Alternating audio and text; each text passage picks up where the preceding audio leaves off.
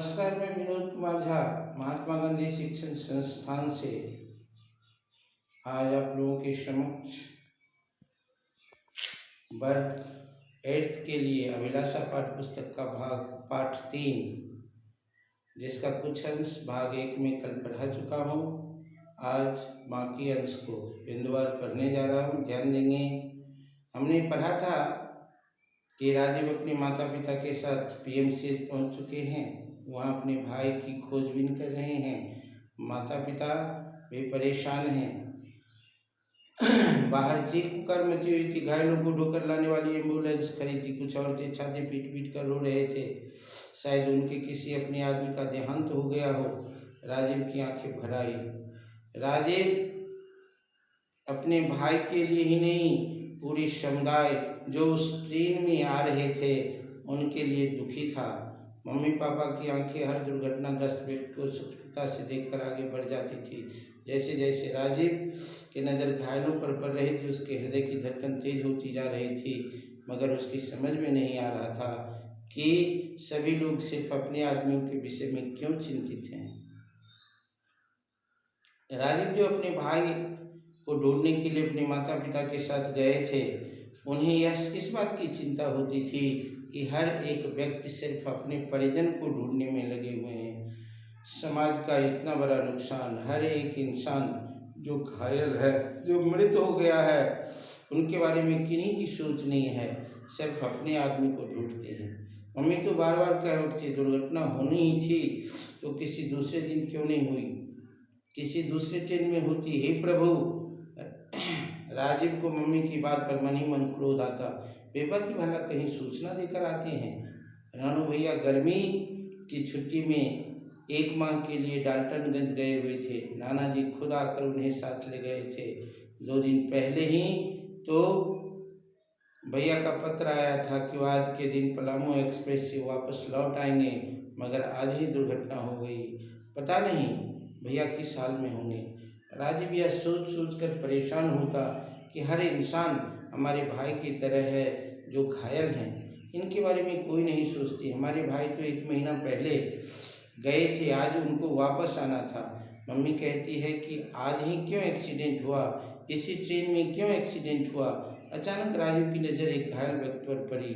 वह बुरी तरह चौंक उठा। उसने मम्मी को झकझोरते हुए कहा, मम्मी यह दीनू भी उसी गाड़ी में था। एक व्यक्ति जो दीनू नाम का घायल व्यक्ति आया, उसको देखकर राजीव चौंक गया और मम्मी को दिखाने लगा। वही दीनू जो मोहल्ले में भीख मांगने आता था। देखिए ना, उसका बायां पैर के घुटने के नीचे बिल्कुल कटकर अलग हो गया है। बेचारा। राजीव सहानुभूति जताई। उस व्यक्ति के प्रति राजीव की सहानुभूति माँ को दिखाई। क्या बकबक किए जा रहे हो, चुपचाप रानू को देखते चलो। पापा ने राजीव की बात काटते हुए कहा। पिता ने डांटा, हमें अपने बेटे की चिंता है, तुम्हें दूसरे को देख देख करके जो है सो दुखी हो रहे हो। राजीव रोन सा होकर खामोश हो गया। उसने मन ही मन अंदाजा लगाया कि अपने दुख के आगे शायद दूसरे की तकलीफ का कोई खास अहमियत नहीं रखती है। उसे लोगों की सोच पर तकलीफ हुआ। तभी एक बूढ़ा आदमी बदहवास भागता हुआ आकर रो रो कर कहने लगा, भाइयों मेरे बेटे को बचा लीजिए, उसे खून की सख्त आवश्यकता है, मगर वो ग्रुप का खून यहाँ ब्लड बैंक में नहीं है। दानियों, मुझ गरीब पर रहम करो। एक बूढ़ा व्यक्ति भागता हुआ बदहवास अपने बेटे की गुहार लगाता हुआ सबके सामने चिल्लाने लगा, मेरे बेटे को बचाओ, उसे वो ग्रुप का ब्लड चाहिए जो ब्लड बैंक में नहीं है। दान कीजिए, अपना खून देकर मेरे इकलौते बेटे की जिंदगी बचा लीजिए, वरना मैं कहीं का नहीं रहूँगा। मगर भीड़ ज्यों का त्यों अपनी धुन में खोई रही। उस बूढ़े की बात पर किसी ने ध्यान नहीं दिया।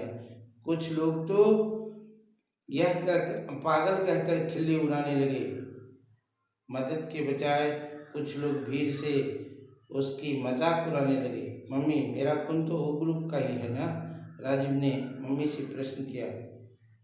हाँ है तो, मगर क्या? मम्मी ने नाक भौं सिकोड़ते हुए उत्तर दिया और एक सवाल ठोक दिया, सुना नहीं आपने? उस बूढ़े के इकलौते बेटे को खून की जरूरत है। मम्मी को जैसे उसने अपने ब्लड ग्रुप के बारे में बताया, मम्मी नाक बहुत सिकोड़ने लगी। राजीव ने कहा, सुनते हैं, वह कहता है कि वो ग्रुप का ब्लड चाहिए, मगर उसका बेटा क्या लगता है तुम्हारा? पापा ने डांटते हुए कहा। मम्मी पापा दोनों उसे डांट रहे थे। इंसानियत के नाते किसी की मदद करना भी तो हमारा फर्ज है, आपने ही तो पढ़ाया था। राजीव पापा को समझाने के लहजे में भी बोल ही रहा था। मम्मी बात काट कर बुर्राते हुए जवाब दिया, हम अपने बेटे की चिंता में व्याकुल हैं, तुम्हें इंसानियत की फिक्र सता रही है। तुम्हें शर्म आनी चाहिए कि वह तुम्हारा बड़ा भाई कहीं परा करा रहा होगा, इधर तुम्हें दूसरों की चिंता खाए जा रहा है। माता पिता राजीव को डांटते हुए बता रहा था कि हम अपने बेटे के लिए परेशान हैं, तुम इंसानियत की फर्ज निभाना चाहते हो। मगर मम्मी, राजीव अविचल भाव से कहा, वह लड़का आपका बेटा होता तो क्या आप यही कहती? यदि मेरे खून देने से उसके लड़के की जान बच जाती है तो इसमें भला हर्ज क्या है? लेकिन इंसानियत का गुण से भरा हुआ राजीव अपने मम्मी पापा की बात को काटते हुए उन्हें समझाने की कोशिश कर रहे हैं। मम्मी कुछ देर राजीव को घूरती रही, तभी उसने बूढ़े की ओर बढ़ते हुए पुकारा, बाबा, मैं खून देने के लिए तैयार हूँ, चलिए जल्दी कीजिए। लेकिन राजीव मम्मी पापा का परवाह किए बगैर उसके बेटे को खून देने के लिए आगे बढ़ गया। बूढ़े की आंखें छलछलाई, उसने राजीव को गले से लगा लिया, फिर उसे साथ लेकर बढ़ गया।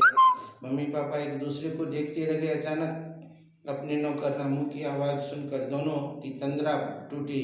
रामू ने अधीरता से कहा, मेम साहब, रानू भैया ने टेलीग्राम भेजा है, वह आज ना आकर के परसों की गाड़ी से आएंगे। उन्हें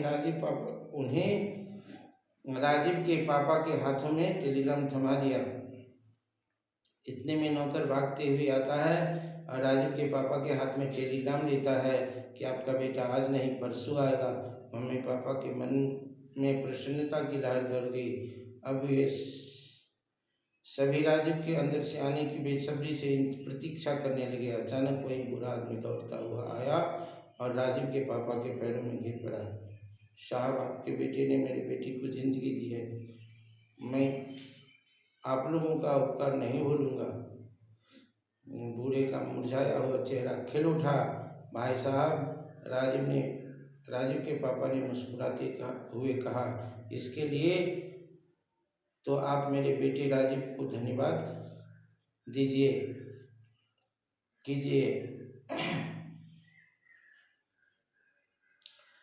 अतः इसमें लेखक ने पढ़ाया है कि हम जब किसी इंसान का मदद करते हैं तो परमात्मा हमें ऊपर से उस मदद का मुआवजा देने के लिए हर क्षण तैयार रहता है। जिस तरह से राजीव ने एक बूढ़े के बेटी की जान बचाई, उसी तरह से उसका भाई भी उस दुर्घटना से बच गया था। धन्यवाद।